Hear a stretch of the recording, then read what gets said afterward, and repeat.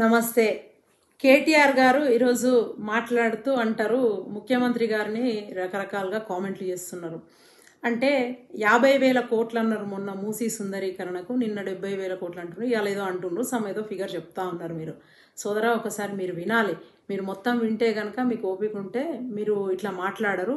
ఇంట్లో కూర్చొని ట్వీట్ చేయడం సో ఈజీ అని చెప్పి మీరు ఇంట్లో కూర్చొని పాలుపోక ఏదో ఒక ట్వీట్లు చేస్తూ ఉన్నారు. But please listen to this. గౌరవ ముఖ్యమంత్రి గారు గ్రీన్ తెలంగాణ 2050లో భాగంగా RRR project, elevated corridors in cantonment, తర్వాత రేడియల్ రోడ్స్, దీంతో పాటు ఆర్టీసీలో ఎలక్ట్రికల్ బస్సెస్. మీకు తెలుసు emission norms, Bharat norms reach అవ్వడానికి మీకు ప్లస్ ఎమిషన్స్ అన్ని కట్ చేయడానికి కాస్ట్ కంట్రోలింగ్కి electric buses are the safe and best అని తెలుసు. సో అవే కాకుండా మూసీ సుందరీకరణకు ఇవన్నీ కూడా కలిసి హైదరాబాద్ కేంద్రంగా 150,000 కోట్లు ఖర్చు పెట్టబోతున్నామని చెప్పడం జరిగింది. అది కూడా ఇంకా డిపిఆర్ రెడీ కాలేదు, ఇంకేది లేదు. మీరు ఇప్పుడే గగ్గోలు పెడతా ఉన్నారు, అంత అంటున్నారు, ఇంత అంటున్నారని.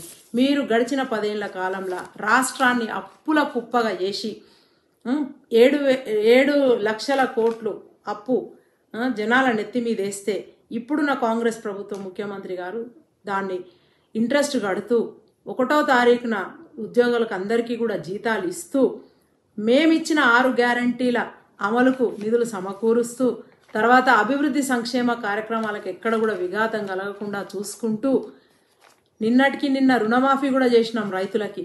సో రైతు భరోసా కూడా ఇచ్చే దిశగా దానికి నిధులు మేము సమకూర్చుకుంటూ ముందుకు పోతున్నాం. మూసీ సుందరీకరణ ఇవన్నీ చేస్తూ కూడా మళ్ళా మూసీ సుందరీకరణ గురించి ఆలోచన చేసి ప్రభుత్వ ప్రైవేట్ భాగస్వామ్యంతో ముందుకు పోతున్న తరుణంలో మీరు ఏం చేయాలనో తెలియక ఇట్లా గగ్గోలు పెడతా ఉన్నారు. మీరు మాట్లాడతారు కాళేశ్వరం మేము 80,000 కోట్లు అనగానే మీరు గల్లీ నుంచి ఢిల్లీ దాకా లొల్లి పెట్టిన కాంగ్రెస్ వాళ్ళు అని చెప్పి మీరు మీ సారాంశం, మీ స్పీచ్ మైక్ దొరికితే మీరు అది మాట్లాడేది. అవును, మరి అంటే ఓవర్ ఏ పీరియడ్ పెరిగినాయంటే మనం అనుకోవచ్చు.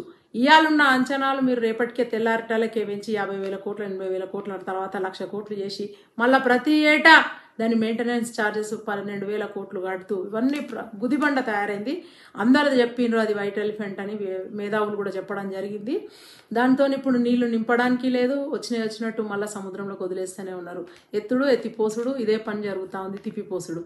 సో మీరు ఆ తిప్పిపోతలు కట్టి ఇవాళ ప్రజలను ఎత్తి మీద గుదిబండను పెడితే ఆ తప్పులన్నీ కూడా సవరిస్తూ ముందుకు పోతా ఉన్నాము. సో ఇట్లాంటిది ప్రభుత్వానికి మీరు తగు సూచనలు సలహాలు ఇవ్వాల్సింది ఈ టైంలో. అంటే మీరు గతంలో కూడా మరి మంత్రిగా ఉన్నప్పుడు మరి ఐటీ మంత్రిగా అన్ని దేశాలు తిరిగి వచ్చిండ్రు, మీకు తెలుసు. సుందరీకరణ అనేది, అది మూసీ సుందరీకరణ ప్రక్షాళన అనేది ఎంత పెద్ద ప్రాజెక్టు మీకు కూడా తెలుసు. సో మీరు ఇట్లా అనాలోచితంగా మాట్లాడడం సబబు కాదు. Being a engineer I to know that అని చెప్పి మీకు అదే సలహా ఇస్తా ఉన్నా.